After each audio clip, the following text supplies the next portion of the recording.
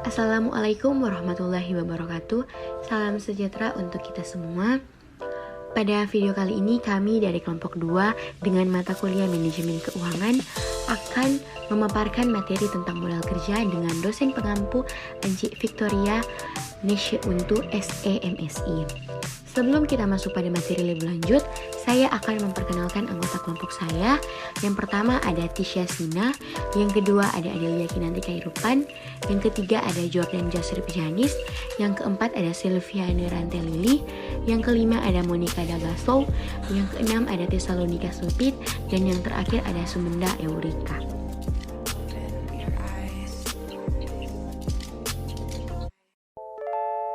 Pengertian dan tujuan modal kerja. Modal kerja atau working capital adalah keseluruhan aktiva lancar yang dimiliki perusahaan yang digunakan untuk melakukan kegiatan operasi perusahaan sebagai investasi yang ditanamkan atau untuk membiayai kegiatan operasi perusahaan sehari-hari. Tujuan dilakukannya modal kerja adalah agar suatu bisnis bisa mengelola aset lancar dan utang lancar. Konsep modal kerja. Yang pertama, konsep kuantitatif. Konsep kuantitatif pada manajemen modal kerja adalah pada kuantitas ataupun jumlah biaya yang terdapat di dalam unsur aktiva lancar. Yang kedua, konsep kualitatif. Dalam konsep kualitatif ini, modal kerja akan sangat berkaitan dengan jumlah utang lancar ataupun utang yang pembayarannya yang harus segera dibayarkan. Yang ketiga, konsep fungsional. Dasar utama dalam konsep fungsional adalah biaya yang tersimpan sebagai modal dan juga dana yang dikeluarkan mempunyai fungsi dalam memperoleh pendapatan bisnis. Jenis modal kerja. Yang pertama, modal kerja permanen. Working capital modal kerja permanen adalah modal kerja yang harus tetap ada pada perusahaan untuk dapat menjalankan fungsinya, atau dengan kata lain modal kerja secara terus-menerus diperlukan untuk melancarkan usaha. Nah, yang kedua, modal kerja variabel. Working capital modal kerja variabel adalah modal kerja yang jumlahnya berubah-ubah sesuai dengan perubahan keadaan. Pada dasarnya terdapat 3 pilihan kebijakan bagi manajemen untuk menentukan besarnya proporsi aktiva lancar yang dibiayai oleh sumber jangka pendek dan yang dibiayai dari jangka panjang, yaitu kebijakan modal kerja konservatif. Kebijakan konservatif adalah perusahaan memodali sebagai aktiva lancar yang berfluktuasi dengan modal permanen. Nah, yang kedua, kebijakan modal kerja moderat. Perusahaan dapat pula mengambil kebijakan yang mendarat, di mana perusahaan mencoba menyelaraskan struktur, maturitas aktiva dan utang-utangnya, yaitu kebutuhan akan aktiva lancar yang bersifat sementara, dimodali dari sumber jangka pendek, dan tetap aktiva lancar permanen, dan aktiva tetap dimodali dari sumber jangka panjang. Nah, yang terakhir, kebijakan agresif. Kebijakan yang agresif adalah bila semua aktiva lancar dimodali dengan modal jangka pendek, tetapi sebagian dari aktiva lancar permanennya dimodali dengan kredit jangka pendek. Sumber modal kerja. Pada prinsipnya, modal kerja itu terdiri dari 2 bagian pokok, yaitu modal kerja yang sifat tetap dan yang selalu berubah sesuai dengan aktivitas operasional perusahaan. Yang pertama, modal kerja yang sifatnya permanen atau permanent working capital adalah bagian yang tetap atau jumlah minimum yang harus ada dan tersedia agar perusahaan dapat berjalan dengan lancar tanpa kesulitan keuangan. Kebutuhan modal kerja yang permanen ini sebaiknya dibiayai oleh pemilik perusahaan atau pemegang saham, karena semakin besar modal ini akan semakin baik bagi perusahaan, karena akan memperbesar kemampuan perusahaan untuk memperoleh pinjaman dan memperbesar jaminan bagi kreditor jangka pendek. Modal kerja yang sifatnya variabel atau variable working capital Jumlah modal kerja yang variabel jumlahnya tergantung pada aktivitas musiman dan kebutuhan-kebutuhan di luar aktivitas yang biasa. Fungsi modal kerja. Yang pertama, jika perusahaan memiliki modal yang cukup, saat terjadi krisis perusahaan akan terlindungi bila terjadi penurunan nilai dari aktiva lancar. Yang kedua, perusahaan bisa memberikan syarat kredit bagi konsumennya dengan lebih lunak dan menguntungkan. Yang ketiga, operasional perusahaan dapat berjalan dengan lebih efisien, disebabkan perusahaan tidak mengalami kesulitan saat mendapatkan produk ataupun jasa yang diperlukan. Keempat, dengan memiliki modal, perusahaan akan dapat membayar semua kewajiban yang dimiliki secara tepat waktu. Dan yang terakhir, perusahaan dapat memiliki persediaan dalam jumlah yang cukup agar dapat melayani pelanggannya dengan lebih lancar. Penentuan besarnya modal kerja. Besar kecilnya kebutuhan modal kerja tertentu kepada dua faktor, yaitu yang pertama, periode perputaran untuk terikatnya modal kerja. Yang kedua, pengeluaran ke 100% setiap harinya. Dengan jumlah pengeluaran setiap harinya tetap, tetapi makin lamanya perputarannya, maka jumlah modal kerja yang dibutuhkan semakin besar. PT Rafa menghasilkan produk sebanyak 20 unit setiap hari. Dalam 1 bulan, perusahaan bekerja 25 hari. Unsur biaya yang dibebankan untuk setiap unit produk. Yang pertama, bahan mentah A 100, bahan mentah B 25, tenaga langsung 75. Biaya administrasi setiap bulan 12.500, gaji pimpinan perusahaan setiap bulan 25.000. Bahan mentah A dibeli dengan uang muka 5 hari sebelum bahan tersebut diserahkan. Waktu yang diperlukan untuk membuat barang 3 hari, barang masih harus disimpan 2 hari sebelum dijual. Penjualan produksi dilakukan dengan kredit, syarat 5 hari sesudah barang diambil. Perusahaan menginginkan persediaan kas untuk berjaga-jaga 25.000. Dari data tersebut diminta: A. Hitung lamanya terikatnya dana pada bahan baku A. B. Hitung lamanya terikatnya dana pada bahan baku B, tenaga kerja, biaya administrasi, dan gaji. C. Hitung besarannya kebutuhan modal kerja. Penyelesaian: A. Lamanya terikatnya dana pada bahan baku A. Persekot 5 hari, proses produksi 3 hari, barang jadi 2 hari, pihutang dagang 5 hari, total 15 hari.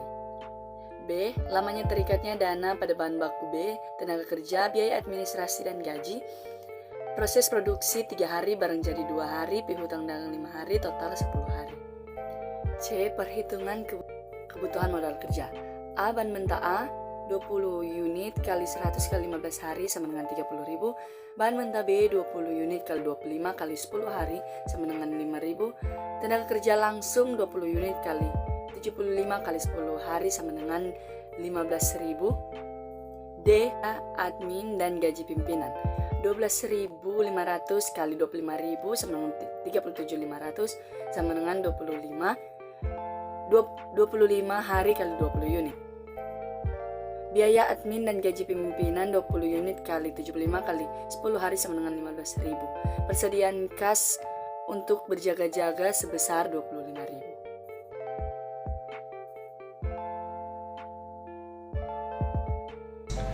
PT Bank Tabungan Negara atau Persero adalah salah satu badan usaha milik negara.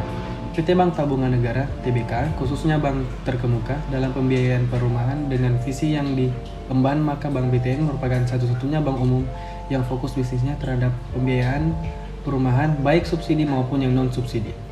Dalam pengelolaan manajemen modal kerjanya, pimpinan bank tidak akan terlepas dari permasalahan pengelolaan modal kerja dengan fokus utama pada penyediaan kredit perumahan. Maka tentu saja pihak manajemen bank berurusan dengan pengelolaan modal yang tidak sedikit. Jika dalam pengelolaan modal kerjanya, pihak bank tidak teliti dan jeli dalam perencanaan sampai pada pengawasannya, maka bisa mengakibatkan kegagalan dalam pengelolaan modal kerjanya.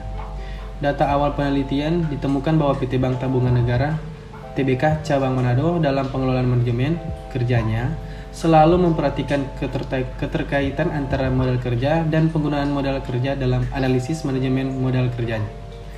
Current assets atau aktiva lancar dan current liabilities atau hutang lancar merupakan dua hal pokok yang menjadi fokus analisis manajemen modal kerja. Dampak yang dihasilkan adalah semakin meningkatnya pendapatan yang diperoleh PT Bank Tabungan Negara (TBK) Cabang Manado. Peningkatan ini bisa dilihat dari laporan keuangan per 2 tahun terakhir, 2013 sampai 2014 sebagai berikut. Bisa dilihat pada tabel studi analisis kasus berikut. 1. Total aset pada tahun 2013 sebesar Rp131.169.730. Tahun 2014 sebesar Rp144.575.961. Modal kerja naik sebesar Rp13.406.231. 2. Total liabilitas pada tahun 2013 sebesar Rp119.612.977. Tahun 2014 sebesar Rp132.369.555. Modal kerja naik sebesar Rp12.756.578.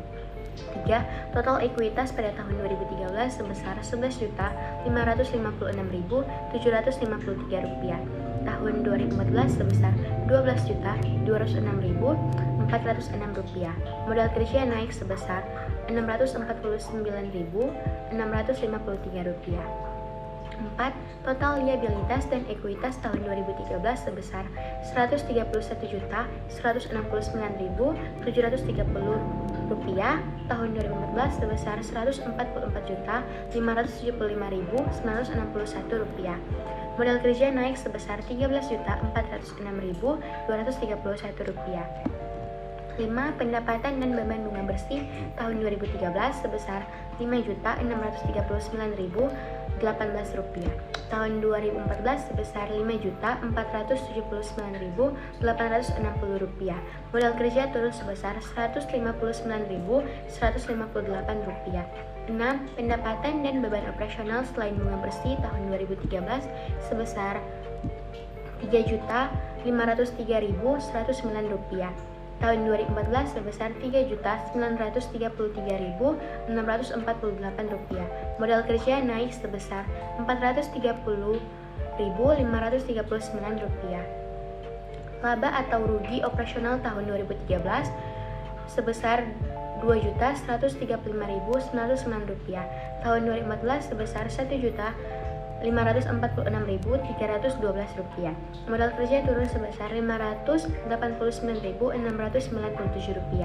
8. Laba atau rugi non-operasional tahun 2013 sebesar Rp4.862. Tahun 2014 sebesar Rp1.960. Modal kerja turun menjadi Rp2.902. 9. Laba atau rugi tahun 2013 sebesar Rp2.140.771. Tahun 2014 sebesar Rp1.538.172 dan modal kerja menjadi Rp592.599. Kesimpulan, setiap perusahaan membutuhkan modal untuk membelanjai operasi sehari-hari.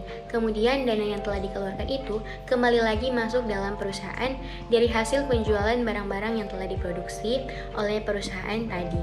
Elemen-elemen dari modal kerja seperti persediaan, piutang, dan kas pada hakikatnya mengalami perputaran sampai kembali lagi menjadi bentuk kas dengan nilai yang lebih tinggi dari semula kas itu dikeluarkan. Investasi-investasi inilah yang dibutuhkan dalam perusahaan karena sifatnya yang sangat fleksibel sehingga mampu untuk menyesuaikan nilai barang terhadap gejolak pasar yang kian naik, kian menurun. Eureka. Assalamualaikum warahmatullahi wabarakatuh.